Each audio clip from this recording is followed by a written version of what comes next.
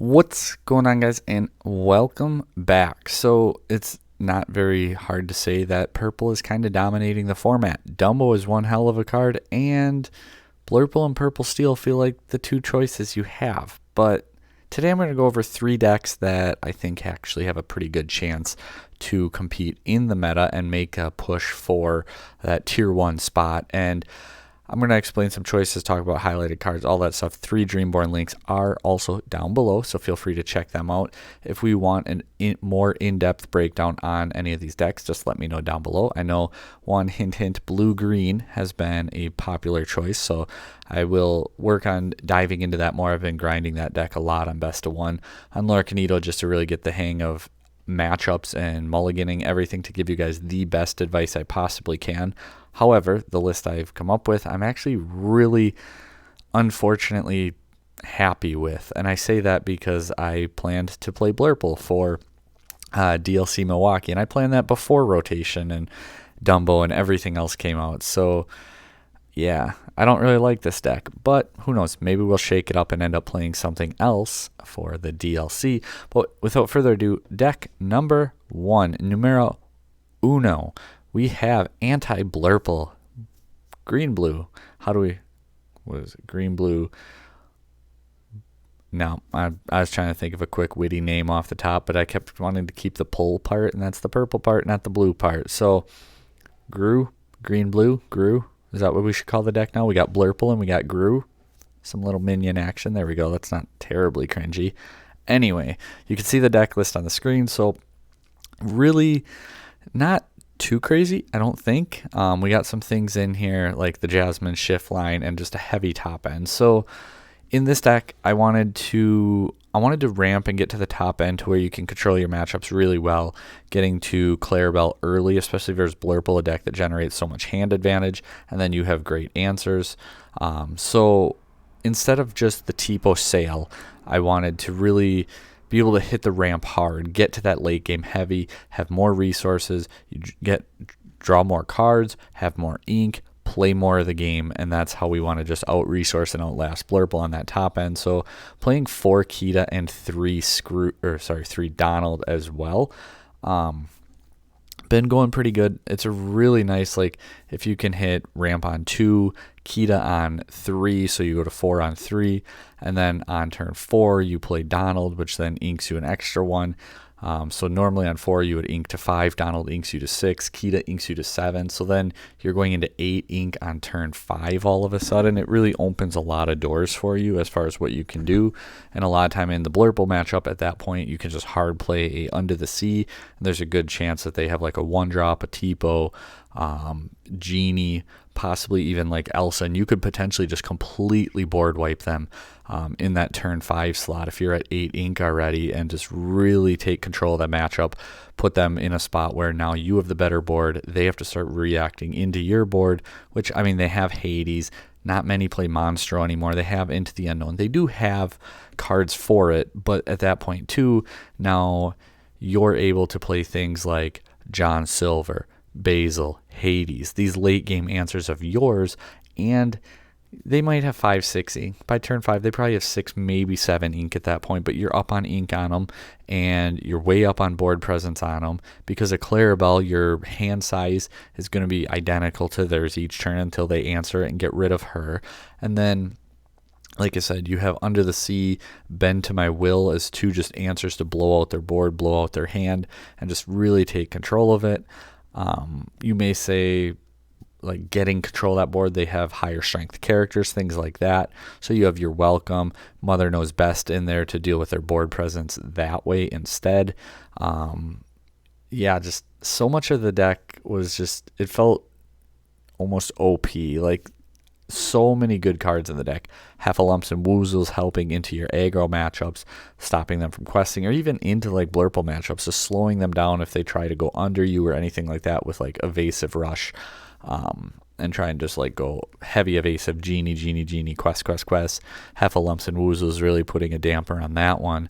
And Baymax Shift first, like, non super heavy evasive deck, so like Purple Steel more, Blue Steel, these other decks, like dropping Tipo on 2 and then shifting Baymax on 3 is a really clean move to put a 5/5 2-quester down. Works out really, really nicely. And versus them aggressive decks too, you can't disregard aggressive decks. You can't. You have to be ready. You have to be accepting and knowing that they exist and they are a thing. But hitting Jasmine and then Jasmine Shift, where all the exerted characters go back to their opponent's hand, feels very, very, very strong. Especially like it's a way to just out Tiana, Daisy, whole bunch of cards all at one time. I don't think aggro is insanely popular, nor do I think it is just like this super like dominant deck. So going like 3-2 on those ratios with Jasmine's, but overall playstyle, like I said, ramping really heavy, getting to that late game. Like I said, John Silver's, Basil's, Hades, Under the Sea, Bend to My Will. We're using Clarabelle to really piggyback the draw engine for the deck, but at the same time, Kita can be used to help tutor your hand and ramp at the same time, similar to how far I'll go, but it doesn't add it right to your hand. It just goes to top of the deck, so it's not quite as good, but you do get a body on board. Sail, Vision, these cards to draw and help tutor into your other cards. So overall, I think this is probably the best choice to counter Blurple. I do think that it matches up into Purple Steel pretty well as also, and has a decent matchup. Quicker decks going under you was kind of the concern I had. That's why I wanted to ramp harder. By turn 5, if you hit 8 ink and all of a sudden can drop Under the Sea, or all of a sudden you start dropping bigger threats, multiple threats, get into like those John Silvers locking your opponent down, Baymax shifting too at that point, and the Jasmine playline. Just ways to slow down the quicker decks is what I think this deck needed. And so far, so good. Like I said, just I've been testing best of ones. I haven't gone into best of 3 quite yet. Wanted to just really get familiar, mostly with the mulliganing patterns. And I'll bring you guys a much more in-depth version, or not version, but a much more in-depth video on this one for sure, and the others if you would like me to. Moving on into the next one then, and that one is actually going to be Blue Steel. So Allies Assembled. It's not the Avengers, guys. It's the Allies, and we're not as heavy into Allies as some of these decks are. Not playing the new Scar any longer. I had been playing the new Scar and ended up taking out for Beyond the Horizon for a draw engine instead, just because you get to keep your board presence. So really going off of the Beyond the Horizon and Dock as your true draw engine for the deck, but similar to blue-green, and it's a good way to keep up with Blurple is you got to ramp hard. So we still have the Tipo and Sails in there, and then again the Kita and Donald. Instead of 4-3 though, it's not quite as the same play style, so I did go 3-2 with Kita, Donald. Been pretty happy with those overall. This deck I've been doing a little bit of best of 3s, and I really like it, so I'm leaning Blurple, still DLC. This deck's making a strong push for it though, I'm not gonna lie. It's been a lot of fun. I love the play style of it. There's thinking involved and just like, okay, what do I have to do? Set myself up multiple turns in the future. Having your strong turn 2 with, obviously you want to ramp, but if you miss your ramp, you still have Calhoun. You don't want Doc. Doc's not really a turn 2 card. Answers for Genie. How do you answer Genie and Evasives and these types of cards, Dumbos? We have our own Genie Dragon, and he's a 3/4. Jafar can boost him up. Lilo can boost him up. We have those 2 cards to give Challenger to your cards, get really good value. Either one of them making Calhoun swing for 5, taking out a Rhino cleanly as well. But Genie and Big Jasmine are 2 of your big answers for that. And by Big Jasmine, I mean bigger Jasmine, not the Shift Jasmine. And she's a 3/7, discard a card to get +3 Challenger. And she's evasive on your turn, so she can take out Dumbo right away. Discard a card, she can take out Dumbo or Elsa. And 7 willpower, 2 quester. She's just a huge threat for your opponent to deal with. We do play the Jasmine shift line here. So you have Jasmine on 1. You can go Jasmine on 2 and turn her sideways and start looking for your allies. And the biggest allies you're going for here are obviously Vincenzo and Tinkerbell. These 2 cards are just really powerful. You ramp so hard you get to your top end. If you can ramp really hard and get to where you're playing Jasmine, Tinkerbell, Hades, Vincenzo, where you're pretty much only dropping these cards from like turn 6 onwards. If you can go like 4 turns of just dropping those cards, you're probably in a really good spot to win that game. So again, trying to ramp hard, survive into that turn 5 plus, and then having just Jasmine, Tinkerbell, Hades, Vincenzo. Can my top decks out top deck your top decks? And that's the big thought I was trying to go for with the deck. And playing 14 just absolute bombs in that late game felt pretty strong, almost a quarter of the deck. Like I said, Tinkerbell and Vincenzo are your allies that you can grab off of Jasmine. They also both do damage on play, so that's a really nice aspect of it too. I felt pretty decent into purple steel, like going back and forth, like toss-up matchup, which when you're looking at like the best decks of the format, if you can get toss-up matchups, that's okay. Like obviously you want to beat them more often than not, but if you can get like 50-50 or better, slightly better, I'd say that's pretty good for where you want to be with things. Tug of War. You ramp hard enough where you can play this card in addition to others, and usually this card is going to be ink. But sometimes, like when I play Blurple, a lot of time I just go very aggressive into, I'm going to play just a whole bunch of evasives.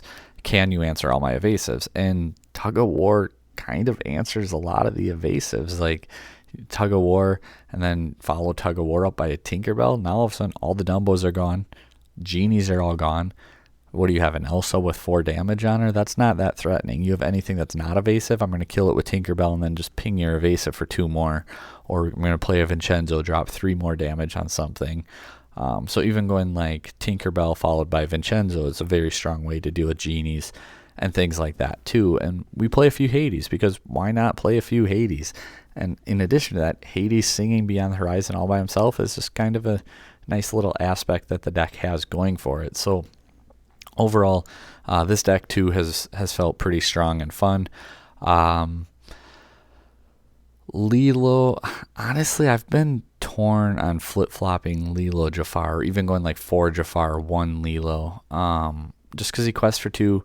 So in that late game, when you're just trying to top deck better, questing multiple and having the 3 strength versus the 2, because the blanket plus 2 is nice, but also a lot of time, like you usually don't swing Jasmine into stuff, but you can. I mean, especially if it's an aggressive matchup.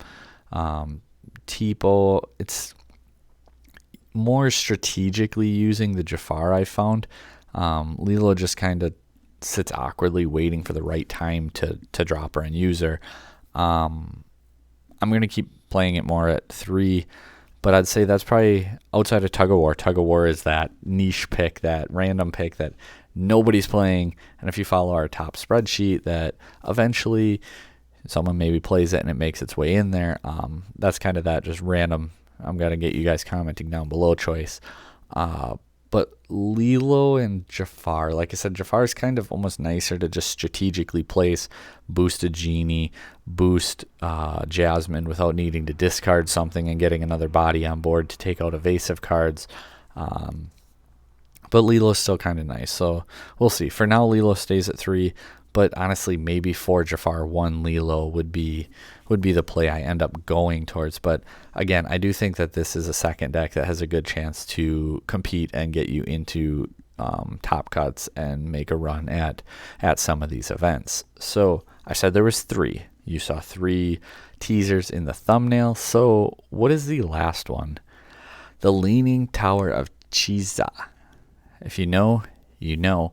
And that was a terrible, I wanted to say representation, a terrible, I am having the biggest like brain meltdown right now. Anyway, from the Goofy movie, from Bobby, saying it when he's got the whole stack of cheese, just like the picture on the card, and then he just crams it down.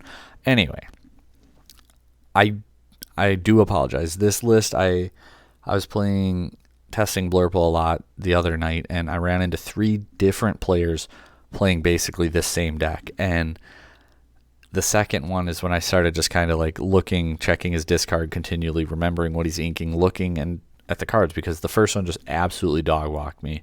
The second one, we went to game 3. It was a little more back and forth, and the third one was also a little more back and forth. I was on the draw all 3 times, so that does play some of it into it. But this deck, going against it as a Blurple player, it just felt like it had a good shot versus Blurple. And again, not saying you're going to win them all, but it felt like they knew what they were doing in the matchup, and that the deck can definitely compete with it. So like I said, I don't at this moment have testing with this. I just wanted to bring you guys decks that can compete with the decks. And if you know, or some of the ratios off, some of the cards off, again, I tried to reverse engineer based on 2 matches the cards that I was seeing, kind of like, okay, what ratios are they probably playing, this, how many did I see, can I confirm, how does it go? But anyway, you have the toolbox things like Lady on 1, which you can drop a couple 2-drops. You can go get +2 lore. You can start to quest a little bit faster into some more controlled matchups.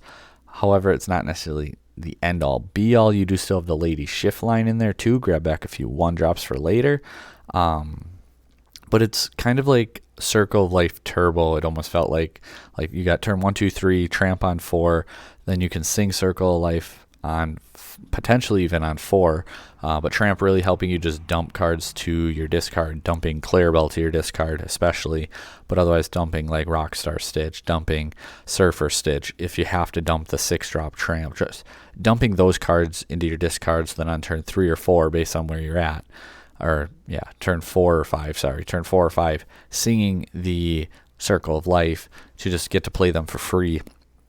And then so it's like dump your hand, get Clarabelle out, all of a sudden refill your hand, and it was actually really neat to see how it kind of worked. So Tramp, Clarabelle, kind of your big draw engine type cards here. You do have Yzma that can help you draw a little bit, and then just utility in the deck and how it goes, like 23 1 and 2 drops. So Rockstar Stitch not only is a 3-quester with 5 willpower, you have all kinds of 1 and 2 drops that you can play, exert them, draw cards, keep your hand refilled and going on that way. Both Tramps helping you get through your deck, filter through, draw on your opponent's turn, things like that. Lost in the Woods as a way to just blanket -2 everything on the board to be able to play your Under the Sea and just absolutely board wipe your opponent. I got hit by that a couple times, and it's like, so you have a board with like Dumbo, Genie, Big Elsa, TikTok, like all these bigger threats, and all of a sudden they just Lost in the Woods and then Under the Sea, and it doesn't matter. Anything with 4 or less is just gone at that point. So that was pretty tough to deal with. The mother knows best, and you're welcome just for that absolute board control. Playing Ursula and Aurora as your singers to be able to get a little more value out of those turns 1, 2, and 3 into singing your other cards while also still developing your board and being able to play it out a little bit better that way. And then just again, your late game being so strong, like Lady quest for 2, Stitch quest for 3, both Tramps quest for 2, Surfer Stitch quest for 2, Clarabelle quest for 2, and the majority of those cards, Stitch, Tramp, Clarabelle, all draw you cards, and Lady on play gets you 1-drops back from your discard. So all of those cards not only are multiple questers, they also all get you card advantage and can keep things rolling that way. You don't benefit from the ramp in this deck, but you can kind of benefit from spam out, like I said, on turn 1, 2, potentially. So it'd be on turn 1, 2, 3. Yeah, it'd be turn 4 at the soonest that you can play your Tramp. So like turns 1, 2, 3, and then turn 4, get Tramp out, draw like 3 or 4 cards, discard 3 or 4 cards, and then next turn you set up your Circle of Life play really well, or depending which ones you played on 2 and 3, you might even be able to set up your Circle of Life right away, because like Ursula on 2 so is a 4-singer, so 1-drop, 3-drop, and 4-singer is 8. So you can play Tramp on 4 potentially and dump your Clarabelle into your discard, sing Circle of Life on 4, play your Clarabelle, and then draw 3, 4 cards potentially right then and there, and now you have Tramp and Clarabelle on board, and it's just a very threatening board. And the thing that Blurple has some issues with dealing with in this deck is the 5-6 body of Clarabelle, the 4-8 body of Stitch, the 3-5 body of Stitch. 6 willpower and 8 willpower on the tramps. Like, you have Hades, you have Into the Unknown, but otherwise, like, your TikToks, your Elsas, you're forcing Blurple to go into a mode where they have to challenge into you. And again, there's toolbox there. Anna potentially for support if they're playing it, Basil for support if they're playing it. They do have answers, but overall this deck, it felt like it at least had a puncher's chance in the matchup, and a pretty decent one with that. So definitely on my list to test more and break down, and I would love to do that and bring it for you guys. But like I said, out of the 3, this one I have not actually gotten into playing it personally. I've played against it a decent bit though, and like I said, kind of tried to rebuild the deck based on what I saw going against it. So if any of you guys like are dedicated to play this deck, and if I got anything wrong, by all means let me know down below, because I still stand by it. I think it's a great deck to compete into the meta, and that's the whole purpose of this video. Whether I'm an expert on a deck or not, I'm trying to bring you guys those ideas. So it's a deck that I would look into if I was you guys. If it's your playstyle, there's no Sapphire ramp, there's no Amethyst, so if you don't want to stick to like those 2 top meta colors, it's an off-path color for that, and just toolboxy for going quick, going under, controlling late game, dealing with aggro, dealing with control. It just has a really, really nice toolbox to deal with a lot of different decks and what they have going on. So again, thank you guys for watching. As always, like, share, subscribe, comment down below. Are any of these decks the decks you're on? Did I spoil anyone's surprise? I have no idea. But thank you guys for watching, and until next time, take care.